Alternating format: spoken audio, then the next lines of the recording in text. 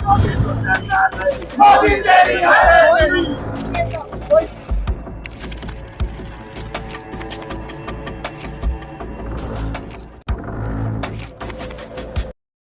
हाँ दोस्तों, योगी तुझसे बैर नहीं, मोदी तेरी खैर नहीं, नारे लगाते मोदी की रैली से निकल गई पब्लिक।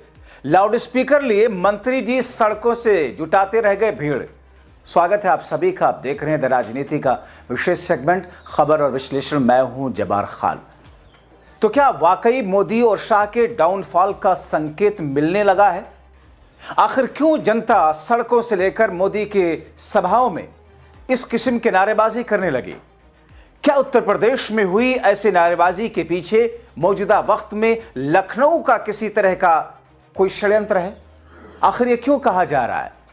और कौन है ये लोग जिन्होंने मोदी को मुंह पे सुनाते हुए सभा से निकल करके जिस अंदाज में चेतावनी दी कि योगी तुझसे बैर नहीं, मोदी तेरी खैर नहीं? ये तो ठीक वैसे ही हो गया जैसे आज से कुछ वर्ष पहले राजस्थान में वसुंधरा राजे सिंधिया के खिलाफ ये नारा लगा था कि मोदी तुझसे बैर नहीं, वसुंधरा तेरी खैर नहीं। मगर यहां तो यह नारा उल्टा पड़ गया। दोस्तों, क्या है पूरा मामला, विस्तार से आपको बताते हैं। दोस्तों, आखिर भीड़ क्यों नारे लगा रही है? एक बार सबसे पहले आप उस वीडियो को देखिए। 12 सेकंड का ये वीडियो आप जरा ध्यान से देखिए और सुनिए।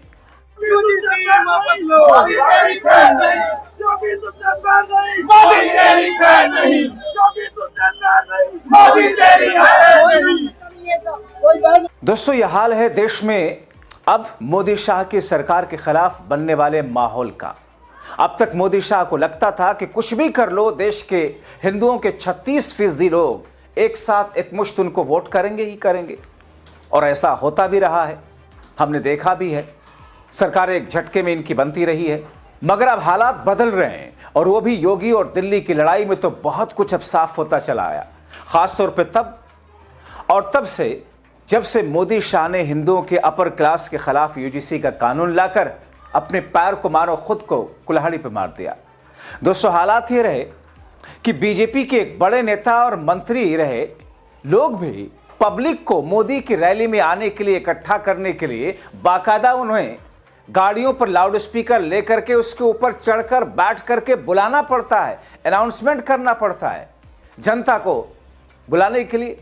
हालात का ऐसा, इसका अंदाजा आप लगा सकते हैं कि जिस मोदी को सुनने के लिए खुद लोग दूर दूर से पहुंचते रहे थे, मोदी के लिए अब लाउड स्पीकर मंत्रियों को गली गली जाना पड़ रहा है। यकीन ना आए तो देखिए इस वीडियो को। मोदी जी को सुनने के लिए कल 10 बजे इंटीग्रेटेड टाउन से भूख बराल में पहुंचने का कष्ट करें। मेरे साथ नगर प्रमुख श्री हरिकांत अहलूवालिया जी भी आप सबसे अपील करने आए हैं। अब दोस्तों, अंदाजा लगाइए कि चल क्या रहा है। इसी बीच एक यूजर ने एक्स पर क्या लिखा वो भी पहले आपको मैं बता दूं। उसने लिखा कि मेरठ यूजीसी और पीएम सूत्र बताते हैं कि मेरठ में प्रधानमंत्री की रैली में कुछ खास इलाकों से खाली बसें गई। कुछ जगहों पर लोग चढ़े ही नहीं, कुछ जगहों पर उन्हें चढ़ने नहीं दिया गया। सूत्र बताते हैं कि मेरठ में सिवाल खास विधानसभा का गोठका गांव और सरधना का कपसाड़ और खेड़ा गांव सरीखे कई इलाके, इन जगहों में जहां 2024 के लोकसभा चुनाव के दौरान खास किस्म की जातीय पंचायतों का जबरदस्त असर दिखा था, मोदी के विरोध में उत्तर प्रदेश में सैलाब बनता जा रहा है। इससे पहले लखनऊ के परिवर्तन चौक पर जमकर नारे लग चुके हैं, योगी तुझसे बैर नहीं, मोदी तेरी खैर नहीं। साल 1959 में राज कपूर की एक चर्चित फिल्म आई थी अनाड़ी। इस फिल्म में एक गीत था, समझने वाले समझ गए, जो ना समझ हुआ नाड़ी हैं। इस बीच जनता की बेहद मांग पर लखनऊ में 24 घंटे पहले भी ये नारे लगे फिर से।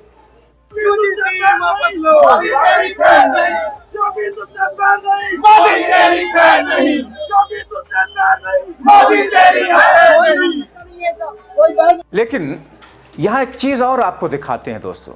क्या मोदी शाह को या दिल्ली के मैनेजमेंट को यह लगने लगा कि ये नारे दरअसल उत्तर प्रदेश के सरकार के कारण या उससे कोई कनेक्शन है?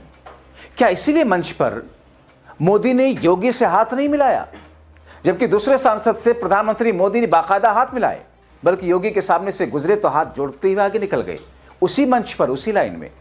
वीडियो देखिए जरा।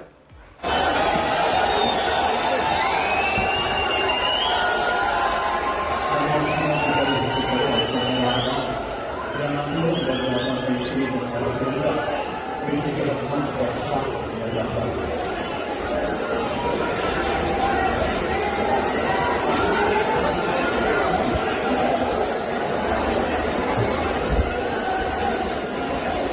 दोस्तों, इसमें योगी की क्या गलती?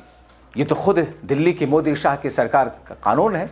यूजीसी के कानून को अगर देखें तो अगर सवर्ण मोदी शाह से नाराज हैं तो योगी क्या करें? अब इस वीडियो में देखिए मोदी को वोट ना देने का प्रण ये लोग कैसे ले रहे हैं। हम सभी जलावा ग्रामवासी शपथ लेते हैं। ये जो काला कानून यूजीसी बिल केंद्र सरकार लाई है, मोदी सरकार लाई है। जब तक ये वापस नहीं होता, हम मोदी सरकार को वोट नहीं देंगे। कसम खाते हैं, हम सभी कसम खाते हैं। मोदी सरकार दरअसल दोस्तों, प्रधानमंत्री नरेंद्र मोदी मेरठ पहुंचे थे रैपिड मेट्रो के उद्घाटन करने के लिए। हरी झंडी दिखाई, मगर क्या आप सोच सकते हैं कि मोदी के कार्यक्रमों पर और खास तौर पर मोदी के कार्यक्रम पर कितना पैसा खर्च किया गया? जितना पैसा खर्च किया गया उसमें एक और मेट्रो ट्रेन चल सकती थी, ऐसा कहा जा रहा है। समाजवादी पार्टी के एक नेता ने लिखा है इस में, मोदी जी के विकास की गति का पैमाना कुछ ऐसा है। नई दिल्ली से मेरठ कुल दूरी 82 किलोमीटर। रैपिड रेल का अब तक 4 बार उद्घाटन करने वाले देश के इकलौते प्रधानमंत्री। जितना अब तक पीएम के उद्घाटन पर खर्च हुआ उतने में रैपिड रेल के कई डिब्बे बन जाते। पहली बार साहिबाबाद से दोहाई तक 20-10-2023 में दूरी 17 किलोमीटर। दूसरी बार 6 मार्च 2024 में दोहाई डिपो से मोदीनगर तक दूरी 17 किलोमीटर। तीसरी बार 5/1/2025 साहिबाबाद से न्यू अशोकनगर तक दूरी 13 किलोमीटर। चौथी बार 22 फरवरी कालकाजी से मेरठ तक उद्घाटन। मोदी जी चीनी कंपनी की सहायता से बनी है दिल्ली मेरठ रैपिड रेल परियोजना। दुनिया में उद्घाटन खेलने की ऐसी मिसाल मिलना मुश्किल होगा। किस देश का प्रधानमंत्री इतना खलीहर है कि वह 82 किलोमीटर लंबे रेल मार्ग का 3 साल के अंदर 4 बार उद्घाटन करता है? जितना अब तक मोदी जी के उद्घाटन पर खर्च हुआ उतने में रैपिड रेल के कई डिब्बे बन जाएंगे। चिंता बस इसी बात की है कि कहीं मोदी जी अगली बार दिल्ली मेरठ रैपिड रेल मार्ग पर बनने वाले किसी फुटओवर ब्रिज का उद्घाटन करने न पहुंच जाए। दोस्तों, हालांकि उनका ये ट्वीट, उनका ये एक्स पर लिखा गया पोस्ट एक कटाक्ष है, मगर कटाक्ष से इतर ये एक सच्चाई भी है दोस्तों। और इस सच से न भारतीय जनता पार्टी ने प्रधानमंत्री मोदी मुंह फेर सकते हैं।